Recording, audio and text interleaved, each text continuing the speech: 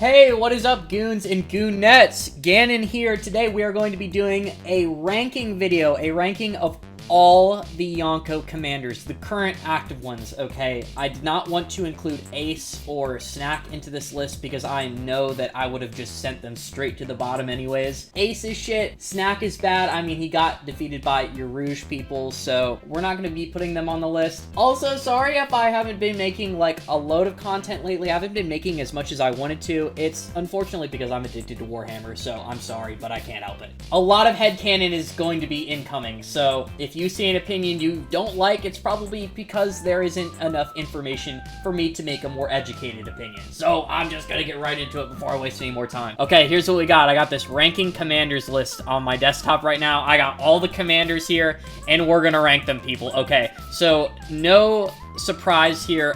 I think this is just a given. Going straight to number one is this guy, Ben Beckman right here. There's just no competition. I don't think that you can really say that there's anybody else that is going to be beefing with Beckman that is over here that is actually going to be beating him. It has been said in like either a Beaver card or a data card that Ben Beckman is comparable to Shanks. They're very similar in strength levels, whereas you see Katakuri, you see King, they could easily be squashed and deleted and no-diffed by their respected Yonkos. I just get the impression, I know we haven't seen a lot from King, but I just know that Big Mom or Kaido could both slap King and Katakuri. So with that being said, Ben Beckman is just going straight to the top because there's nobody on this list that is going to be able to compete with him. That is not totally headcanon. We know for a fact that Ben Beckman is around the same level of strength as Shanks, to the point where it's comparable. It's not a huge gap. Ben Beckman straight to the top. So another person who's going straight to the top is Marco. Marco, pretty sure is going to be either 2 or 3 because Marco is an Admiral level character. He went to Marineford and he juggled Admirals between his feet. He really likes kicking things. Marco's going up there at number 2 for now. This dude is Admiral level. Like, he's clearly not at first commander level. This dude was also juggling between King and Queen at the same time. And while he was getting a little bit tired and he was consuming a lot of energy while doing it, he's perfectly capable of holding his own against, like, multiple other top Yonko commanders who should, in their own rights, just be beasts of characters. Marco has just left the Yonko commander category, same as Ben Beckman, and he's kind of went beyond that. He was the temporary acting captain of, like, the Whitebeard Pirates at some point, so for that being said, and also we found out Marco's bounty recently, and it was a smidgen bit low for me. I feel like it would have made sense if it was a little bit higher. Can't remember it off the top of my head. Marco's going at number 2 for now. Let's go. Let's see. Who's coming up next? Who's coming up next? Let's just put all the first commanders over here. Let's just put King at number 4, because I actually am not... Oh, Jesus Burgess is weirdly the first commander of Blackbeard's fleet, and I kind of get that impression just because Jesus Burgess has just been repping Blackbeard from the very start. He's very loyal.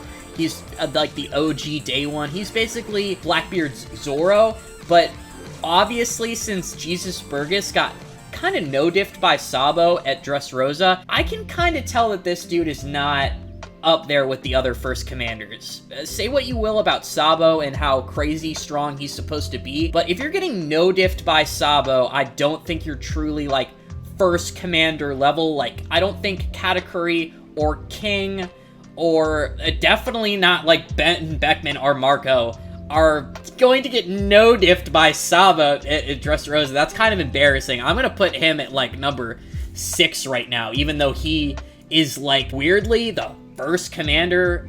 There's a handful of pirates, and maybe even bigger than a handful on the Blackbeard Pirates crew, that I just think are stronger than Jesus Burgess. But let's go, keep moving on. Vista. Okay, Vista was something that I was talking to Dylan at work today, because, bro, Vista is a wild card. You all know that I scale Mihawk so high. He is Yonko level and maybe even beyond Yonko level. Like, dude, if the stuff that Zoro was doing at the recent Wano chapters was intimidating Kaido and Big Mom to the point where they were actually fearing obtaining some fatal damage that could have been like some consequence or inconvenience to them. Just imagine what Mihawk can do to the Emperors, because it seems like the most meta fighting style in One Piece for sure is swordsmanship. And the fact that Mihawk is the best swordsman, I just think he's able to accomplish crazy things. I think he's top 3 strongest. For sure, dude. Like, I think Mihawk's crazy strong. Not top 3, maybe top 5 strongest. That's a little bit of a stretch. But the fact that Vista, and I know I will say this in some other videos, the fact that Vista is able to even hold his own with Mihawk for, like, I don't know, the handful of minutes that he did is a crazy feat. Like, that's the only feat Vista has, but it's insane, okay? If you have the swordsmanship to be able to not be instantly noticed by Mihawk, given I don't think Mihawk was really truly trying against his fight with Vista, because as you can see, he was kind of looking through the crowd and keeping his attention on Luffy the whole time. But just the fact that Vista was no diff, I don't think Vista is, like, just simply 3rd commander level at all. I feel like this dude is capable of a lot, and while I'm sitting here and saying that, all of the Whitebeard pirate commanders are going to be weirdly placed on this list, just because they're wild cards. Jozu especially, because if you cannot hurt Jozu or inflict damage on Jozu, odds are you're not beating him in a 1v1. And I just gotta say, that's probably the reason Josu's going to weirdly rank higher than a lot of characters you might think that I would rank him below. But for now, I'm definitely putting Vista over Jesus Burgess. And I was telling you this, I was telling Dylan this at work today, but I really want to put Vista almost over King, and it's only because we've seen nothing from King. He has done nothing in the Wano arc besides tip Big Mom's boat over, but I honestly think that by the time we're done with Wano, that I don't think Queen will be stronger than King, but I feel like Queen and King have very similar strength levels, and not only this, I feel like Queen may even have a higher bounty than King, and I don't know if I want to really explain that in this video or if I want to wait till a different one. But yeah, Vista's going below King, even though I've seen, you know, nothing from King, and I'm also led to believe from recent chapters that a crippled Zoro that is going to be riding on the back of Marco is probably what is going to do King in. I don't know how to scale King appropriately right now. Dude hasn't really done enough. Katakuri, from the very moment we saw him in Whole Cake, from the very moment he popped up, he was a super Giga Chad jock. King, he just kind of looks cool. He's done nothing. We know nothing about the guy. So I'll put him at number 4. Jozu. Yeah, okay, Jozu is an interesting one. I gotta put him above Vista. So, like, I'm just gonna knock with Jesus Burgess down. I have to put him above Vista because he's literally, like, ranked higher on the crew. And while Vista does have insane swordsmanship, I don't think he has insane swordsmanship to the point where he can, like, overcome really hockey-clad Diamond is what I'm trying to get at here. If you cannot, like, hurt Jozu, I don't think you could beat him. I just don't see it happening. So I really got to put Jozu above Vista. I don't think Vista has the firepower to do Jozu in, especially when one of Mihawk's strong slashes couldn't either. Okay, so let's see who we got left here. Let's move on, and let's grab another second commander here. Let's grab Smoothie. Smoothie is definitely going above Jesus Burgess, but she's got to be under the rest. That's where I'm going to put Smoothie right now. Oops, sorry, I'm back. Somebody was walking upstairs. Where was I? Let's see. I think I was deciding... Oh, yeah. The real, actual first commander of the Blackbeard Pirates, Shiryu.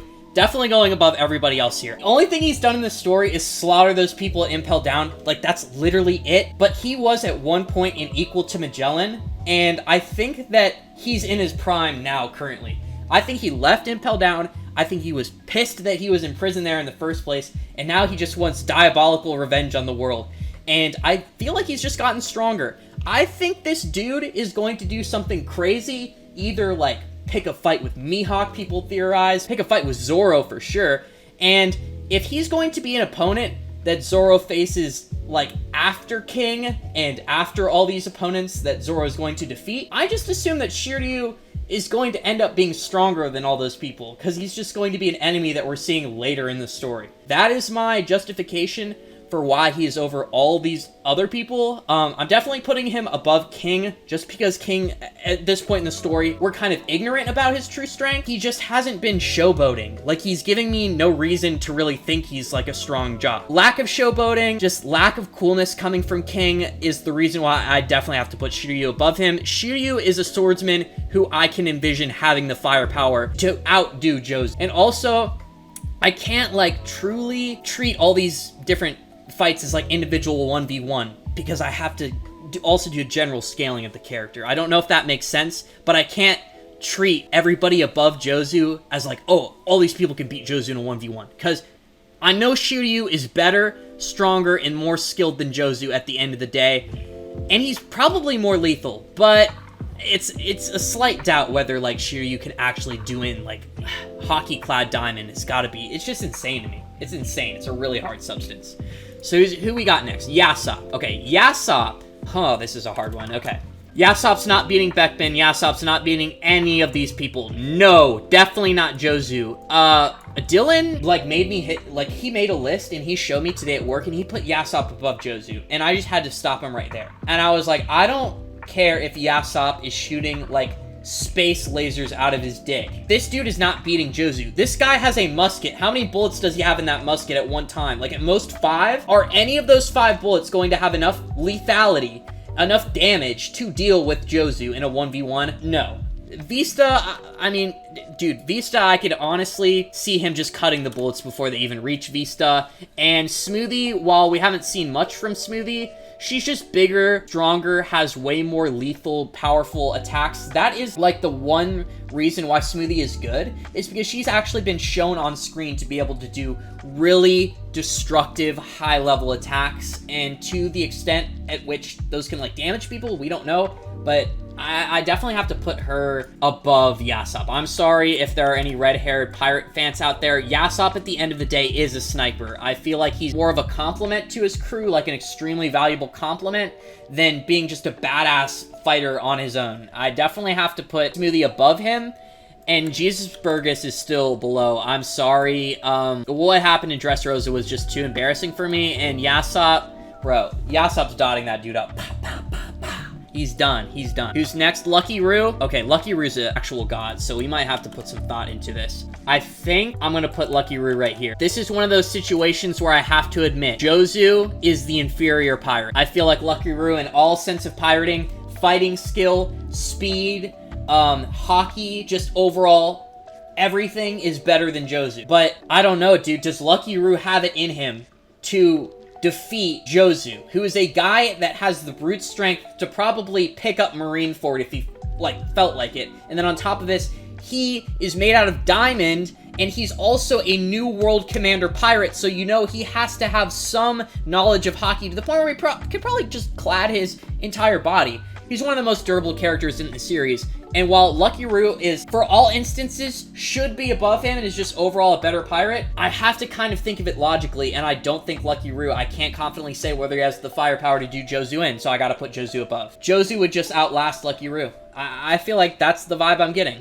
And we know for a fact that nobody on Shanks' crew is a Devil Fruit user, so I just gotta assume that they're really strong, badass hockey users.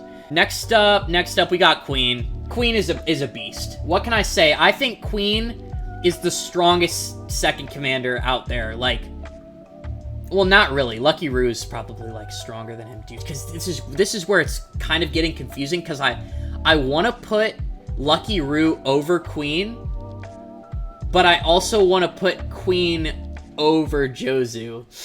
Okay, so here's what we might have to do. I might have to take back what I just said. Okay, so here's what we're gonna do. Nah, I think I'm gonna keep it faithful to the original, and here's why. Okay, so remember what I said. I just don't think... I think Lucky Roo is the better pirate to Jozu. Okay, I will tell you that right now. But then again, I don't think he has the firepower to do Jozu in. And I was just thinking about this in my mind. I feel like both Lucky Roo and Jozu, for sure especially, definitely are beating Queen, and here's the reason why. Jozu can actually just pick Queen up and throw him into the ocean. That's super easy. Jozu is one of the strongest brute strength characters in the series, and that's how you beat Queen at the end of the day.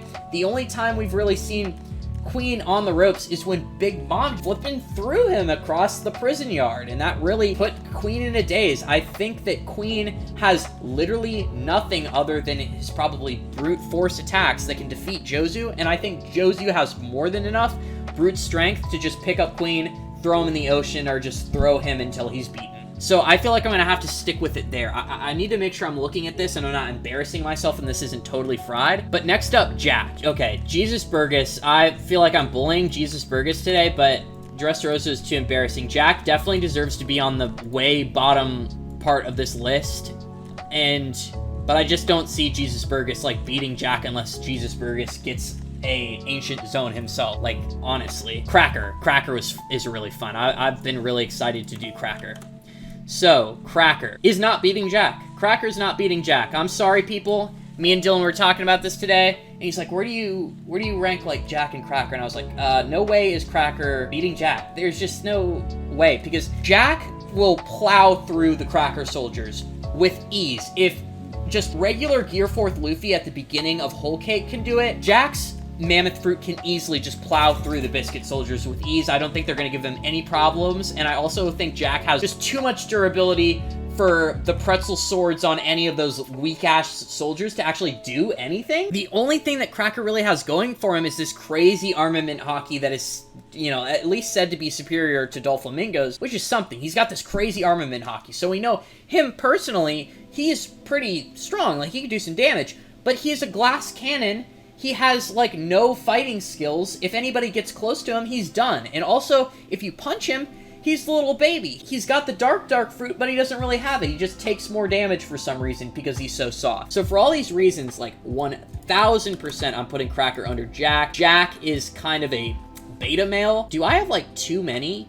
I've already covered this up. Do I need more? Crazy. I was over here thinking, like, who do we miss? Like, do we have, like, 14 or 15? I was like, the math is wrong. We need 15. And I was like, who did I miss? I have not spoken about Katakuri yet. So, yeah, let's get that out of here. Katakuri, where are you going? This is really interesting because this dude, representation confuses the hell out of me. We all know for a fact that the anime just made Katakuri absolutely cracked compared to the manga version. I don't know if I consider, like, everything that happened canon, but I think I should. I'm pretty sure I should consider everything that happens in the anime besides filler canon. We're gonna move Jesus Burgess down here. I know we have to do Van Auger still. So here's what we're gonna do. Move all these guys down. Bam, Katakuri goes right there. He's definitely better than King in my opinion. Even if King, like, comes in the manga and just does a Kamehameha and deletes everybody, Katakuri is still better than King at the end of the day. I don't care what you people say. This is a headcanon as hell list, so I'm gonna do what I want. Alright, so here. Now we just need to do the bottom of the list, and the last two characters we just have to place are Van Auger and Jack. So, as I was saying, Van Auger is not beating Yasopp. I think Van Auger is inferior to Yasopp. If Van Auger shows up in the story and, like, does Yasopp in, that'll be really lame. And I just don't think that it's the red-haired pirate's place in the story to just be done in. So for that reason, Van Auger is going below Yasopp. He's also going below Cracker, because Cracker has too much durability and minions for Van Auger to deal with just his one sniper rifle. I don't care how good he is at sniping. He would have to shoot through all the Biscuit Soldiers and then just snipe Cracker through everything. So he would need to just have God tier hockey bullets and then also just God tier observation hockey. And it's kind of a stretch. Dude, maybe I'm gonna get shit for this, but Jesus Burgess can get, like, capped by Van Auger for all I care. Jesus Burgess deserves to get bullied. This dude is not strong enough to be the first commander of anything. Dude, it was just embarrassing what happened to Dressrosa. Van Auger is actually a shooter. Like, he does not play games. He will dead-ass pop a cap in your ass. So I'm gonna put Van Auger above Jesus Burgess. And then last one, I think I've done it, boys. We're just going to put Cracker right here.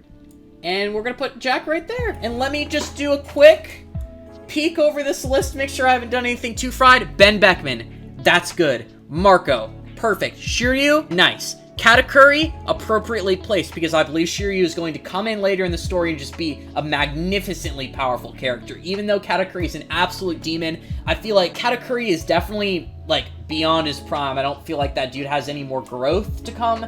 But Shiryu, after he left prison has got all the growth in the world to obtain. And so for that reason, Shiryu is at the top of both category and king. King, if you're upset with his placement on the list, just know that it's because he hasn't really done much, and then on top of that, he hasn't really done anything cool to make me think he's like a super Giga Chad like Katakuri. And then Jozu is so high up on the list just for durability. I know I keep saying this. While most of the Whitebeard Pirates are a wild card, he especially is a wild card just because of how crazy awesome his fruit is. Lucky Roo, he stole the Gum Gum fruit. He's said to be really fast and strong, and I just know everybody just has the impression that this dude is a beast. Queen below him. Queen, no disrespect to Queen, all the characters above Queen are really strong and really awesome. And I did put Vista below Queen, so I feel like Queen is really appropriately placed. You could argue that maybe Lucky Roo is not supposed to be over Queen at the end of the day, but this just feels right in my heart. This just feels right in my headcanon. Vista below him. I've already been over Vista. We won't really go into it. Smoothie, reliable, dangerous, just a little bit of a glass cannon, but so is Yasop. Yasop is even more of a glass cannon than everybody below him. I just think Yasop could basically shoot and murder everybody below him, which is why I'm putting him above Jack. Jack is a horrible fighter. The only thing in his kit is durability. Cracker, for sure, is below Jack and Yasop because I feel like Yasop can actually dot through the Biscuit Soldiers. Van Augur is below everybody just because he's a glass cannon that's basically a copy of Yasop, but I assume not as good as Yasop. And then Jesus Burgess embarrassed the ever-living hell out of himself at Dressrosa, so he's going all the way to the bottom. But, yep, everybody, that was my list. I just got done ranking all of the Yonko Commanders. A lot of headcanon. Like I said, this is just how I feel, my opinions. There could be information in the story presented in the future that can make me totally wrong. But I just wanted to do this in the future. I think I might make like a separate video where I do all the commanders, like acting, non-acting, where maybe I'll do Luffy's crew and then also the Roger Pirates. That might be really fun. But it's been a while since I did a ranking video about anything, and it's about time I did one. So I hope you enjoyed it. I hope you enjoyed my list. If you have anything to say about my list, or if you want to share your own, be sure to do it down in the comments below. I will be sure to get back to you, and I love comments. They're like my favorite thing about YouTube. They honestly make my day. If you enjoy the content you've been seeing, I would be very flattered if you were to subscribe to the channel. Hit that notification bell if you want to be notified for more content like this. And with all that being said, I'm gonna have to see you guys in the next one. Peace!